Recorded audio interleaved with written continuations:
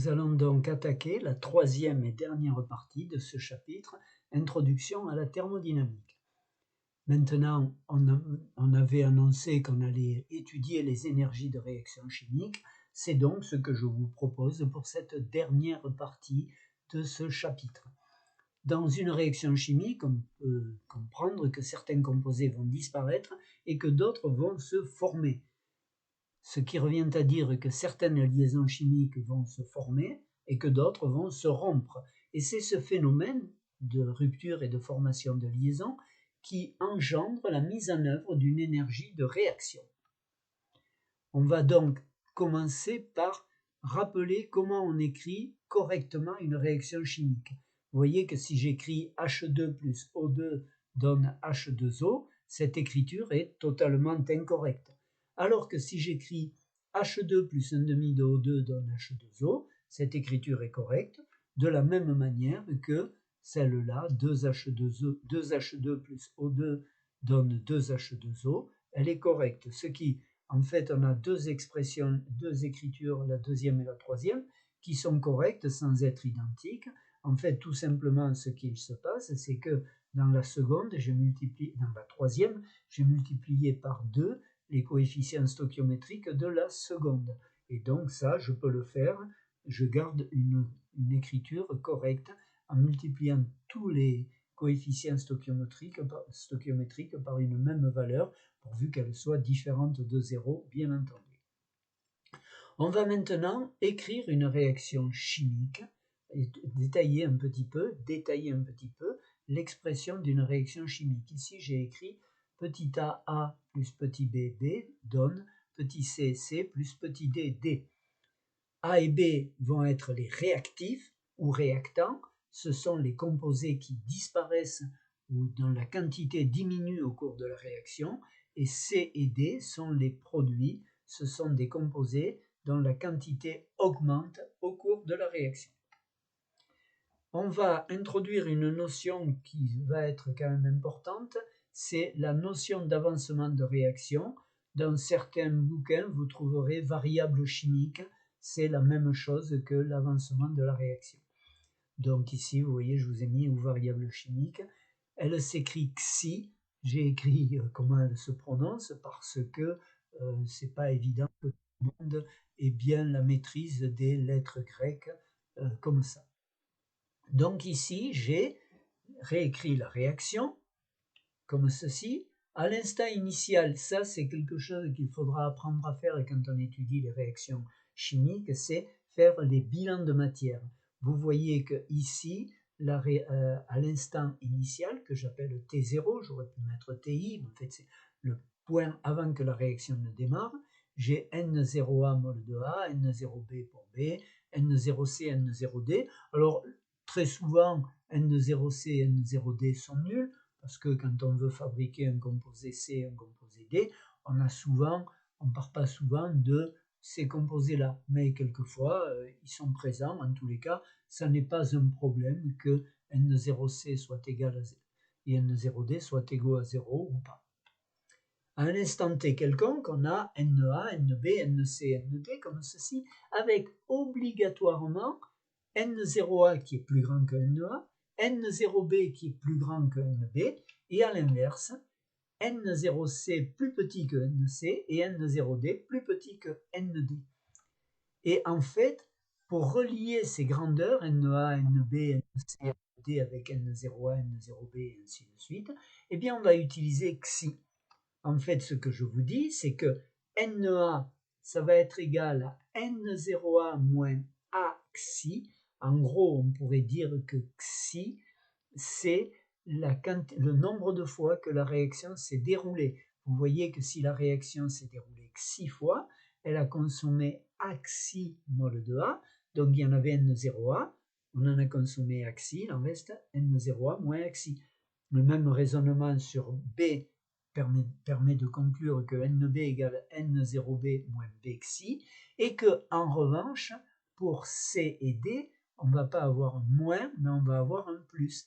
NC égale N0C plus C que multiplie XI, et N0D, et ND égale N0D plus D que multiplie XI. Attention, c'est bien D que multiplie xi et pas dxi, variation infinitésimale de xi. À partir de là, on peut donc écrire que xi égale n0a moins na sur a, vous voyez, c'est égale n0b moins nb sur b, égale nc moins n0c sur c, égale nd moins n0d sur d, comme ceci. Et on va pouvoir ici préciser les choses. On va dire qu'une réaction, il y a deux grands types de réactions, dans ce registre-là, bien sûr. Une réaction, elle peut être équilibrée ou totale.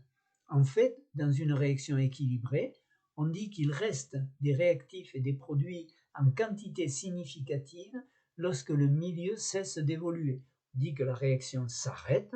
En fait, le milieu cesse d'évoluer, c'est-à-dire que la réaction ne se déroule plus, alors qu'il reste des réactifs, de l'ensemble des réactifs, et qu'il y a des produits en quantité significative, et non pas que l'un a disparu. En revanche, si au moins l'un des réactifs disparaît, à ce moment-là, la réaction est dite totale, et donc elle sera limitée par ce qu'on appelle le réactif en défaut ou le réactif limitant, que l'on pourra déterminer grâce à une petite analyse que l'on va faire maintenant. Pour déterminer le réactif limitant, je reprends une réaction déjà écrite. Je mets à T0 2 moles de H2, 1,5 mol de O2 et X moles de H2O, X pouvant être égal à 0 ou différent de 0, ça n'a aucune espèce d'importance. On voit bien qu'il y a plus de H2 que de O2, donc on pourrait se dire le réactif limitant, est-ce que c'est pas le moins nombreux? Eh bien non, pour déterminer, on ne peut pas le dire, ça peut être le cas, mais on ne peut pas le dire comme ça. En fait, ce qu'on va faire, on va dire, eh bien, si j'ai 2 moles à un moment, lorsque l'avancement vaut xi, l'avancement de la réaction vaut xi, j'aurai 2 moins xi pour H2, 1,5 moins 1,5 de xi pour O2 et x plus xi pour H2O. Et en fait, ici, maintenant, je vais regarder quel est celui qui permet d'atteindre la valeur la plus importante entre H2 et O2. Vous voyez que H2 disparaîtrait si xi vaut 2. Si xi vaut 2, ça nous fait 2 moins 2, ça fait 0. Si en revanche xi vaut 2, vous voyez que ça va nous faire 1,5 de xi, ça fait 1. 1,5 moins 1, il restera 0,5. Donc H2 disparaît pour xi égale 2 et il reste du O2. Le O2 était plus abondant que le H2, mais comme il a un coefficient stoichiométrique plus faible, il se consomme moins vite et donc dans ce cas-là, le réactif limitant, c'est H2. Et donc, ici, ce que je vous ai noté, ce que je vous ai dit, la valeur maximale de xi max, c'est 2 moles, et donc ça veut dire que H2 va disparaître et que O2, il va en rester 0,5, comme ceci. Donc, pour fixer le réactif limitant, on devra prendre en compte l'abondance initiale de chacun des réactifs, mais aussi leur coefficient stoichiométrique.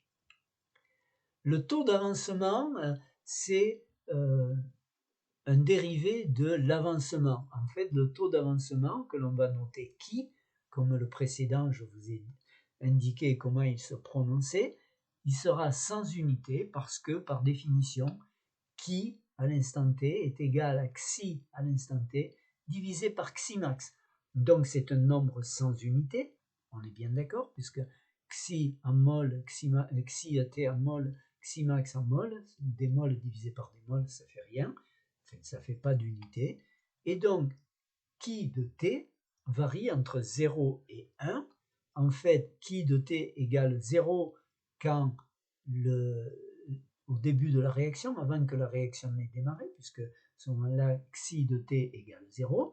Et par ailleurs, qui de t égale 1 quand la réaction est terminée, puisque quand la réaction est terminée, xi de t égale xi max, et donc comme ceci.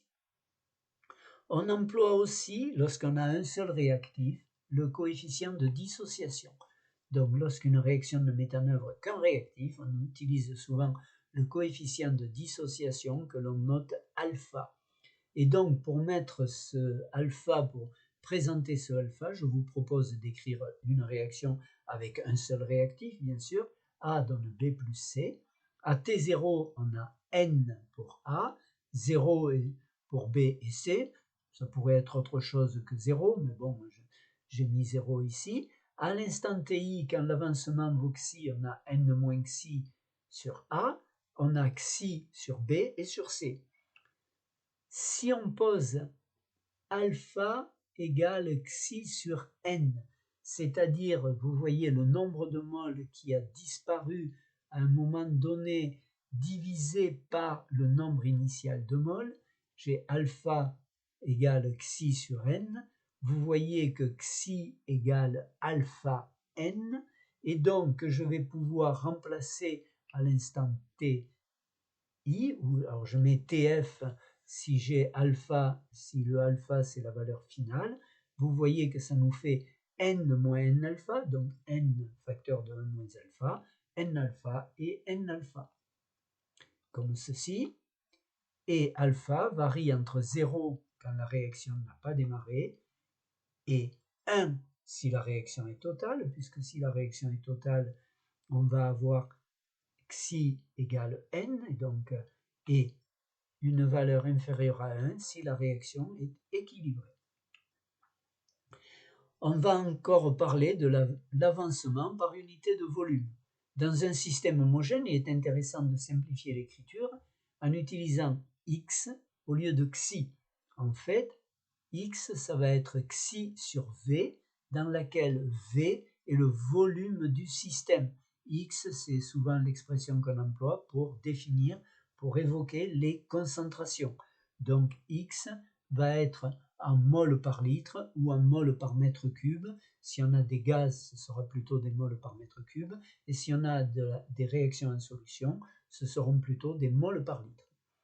Et donc ici, vous voyez que je vais pouvoir, si je reprends l'expression de tout à l'heure de xi, je vais avoir x égale 1 sur v n0a moins na sur a, ainsi de suite, avec 1 sur v nc moins n0c sur c, comme ceci. Et comme ni sur v égale la concentration, je vais avoir x égale A0 moins A sur A, ou encore A égale A0 moins AX.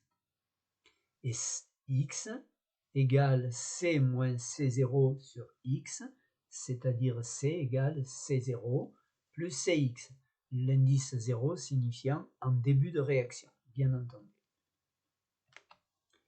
Donc, c'est toujours ce que je vous ai dit, si on est en solution, X sera en mol par litre, mais si on évoque un X avec des phases gaz, on emploiera très fréquemment X en mol par mètre cube. Conditions d'étude des réactions chimiques. Alors là, on va attaquer un paragraphe un petit peu compliqué de mon point de vue, parce que il va falloir faire en fait parler de réactions virtuelles. Les réactions chimiques sont supposées se dérouler à température constante et en plus, deux cas vont se présenter. La réaction chimique ne fait intervenir que des composés condensés, liquides ou solides, et dans ce cas, le volume et la pression varient très peu. On est bien d'accord que le volume des composés condensés, même si on change de composé, le volume va très peu varier, de la même manière la pression. En revanche, lorsque la réaction fait intervenir des gaz, on doit distinguer celles qui se font à volume constant de celles qui se font à pression constante. Donc, en phase condensée, on ne se préoccupe pas de la variation de la pression et du volume. En revanche, en phase gaz, on doit voir si on est plutôt à volume constant ou plutôt à pression constante. Ce que je vous mentionne ici en magenta, c'est que l'énergie échangée sert essentiellement à former et à casser des liaisons et n'est pas utilisée pour faire varier la température du système. Et là, je vous mets une contradiction apparente, point d'interrogation, et la phrase que je vais vous mettre va vraiment illustrer cette contradiction. les réactions chimiques se font à température constante et pourtant la température varie. On est donc obligé d'introduire deux temps dans une réaction chimique. Premier temps, la réaction se déroule et produit de la chaleur. QR sera positif ou négatif. Cette chaleur qui est produite, QR ça veut dire la chaleur, QR positif ça veut dire la chaleur est absorbée, QR négatif ça veut dire la chaleur est dégagée, et cette chaleur, eh bien, elle attend son heure, elle se met dans un coin. Je mets des guillemets à ma phrase, elle se met dans un coin et elle attend son heure, elle n'agit pas sur le milieu. Deuxième temps, lorsque la réaction est terminée, la chaleur produite sert à chauffer si QR est négatif ou à refroidir si QR est positif.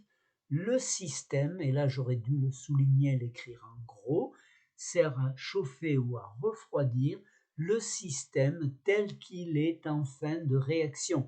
J'espère que j'ai suffisamment insisté sur le système tel qu'il est en fin de réaction. On va illustrer cela par un schéma. Donc vous voyez, je mets le temps de réaction en abscisse, la température en ordonnée. Je mets la température de la réaction, vous voyez le trait vert, c'est donc tout le temps où la réaction se déroule, la température ne bouge pas. Quand on est arrivé à la fin du trait vert, on dit qu'on est à la fin de la réaction. Et là, maintenant, ça c'est donc la première phase, la première étape que je vous ai évoquée dans la diapo précédente. Et maintenant, je vais donc attaquer la deuxième phase, cette deuxième phase qui peut présenter deux cas distincts. Le premier cas, c'est que TF, la température finale, est supérieure à la température de la réaction qui était la température initiale du système. Ça, c'est vrai si la réaction est exothermique, c'est-à-dire si QR est négatif. En revanche, si QR est positif, c'est-à-dire que la réaction est alors endothermique, eh bien le système va se refroidir et sa température à la fin de la réaction, TF, sera inférieure à la température initiale, c'est-à-dire à TR. On va faire un traitement mathématique pour analyser ce schéma que je vous ai proposé. Donc, on va distinguer l'énergie des deux temps. Premier temps, on va l'appeler QR, l'énergie qui accompagne le déroulement de la réaction.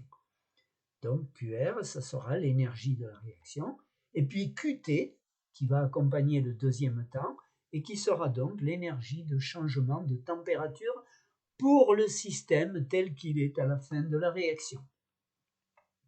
Et donc, pour calculer QR, on va poser QR plus QT égale 0, c'est-à-dire que la chaleur échangée par la réaction, augmentée de la chaleur de variation de température, vont se compenser parfaitement. Si l'une est positive, l'autre sera négative et aura même valeur absolue, et bien entendu, si le contraire entraînera le résultat inverse.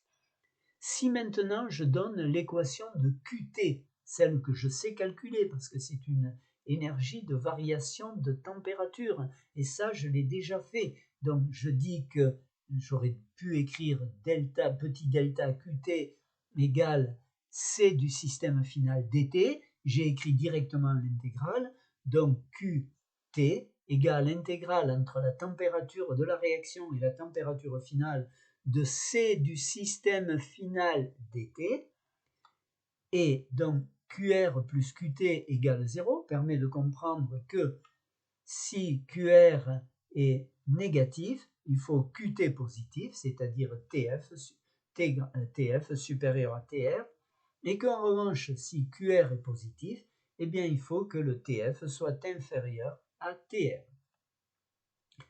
On va terminer ceci avec la définition de l'opérateur delta Rx. Delta Rx, c'est un opérateur que l'on va rencontrer très fréquemment quand on fera de la thermodynamique. Le x pourra changer, mais l'opérateur delta R, lui, va rester.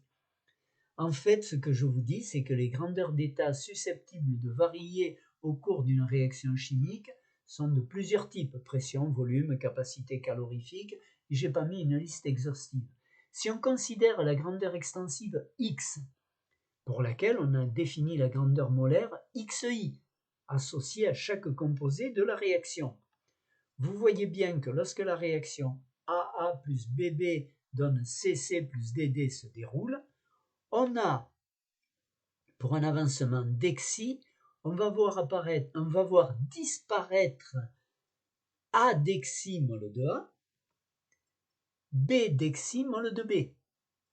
Mais en contrepartie, on va voir apparaître C d'xi mol de C et D d'xi mol de D. Il en résultera donc une variation de x qui va donc être, alors, C d'xi plus D d'xi moins A d'xi moins B d'xi, le tout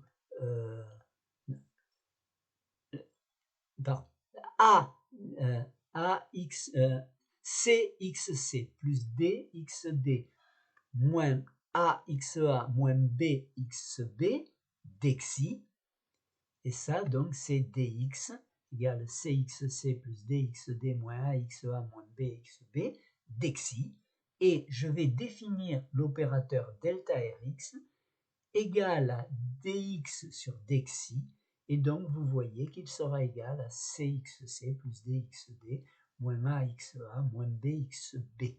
Donc je vous rappelle bien que x, je l'ai défini comme une grandeur d'état.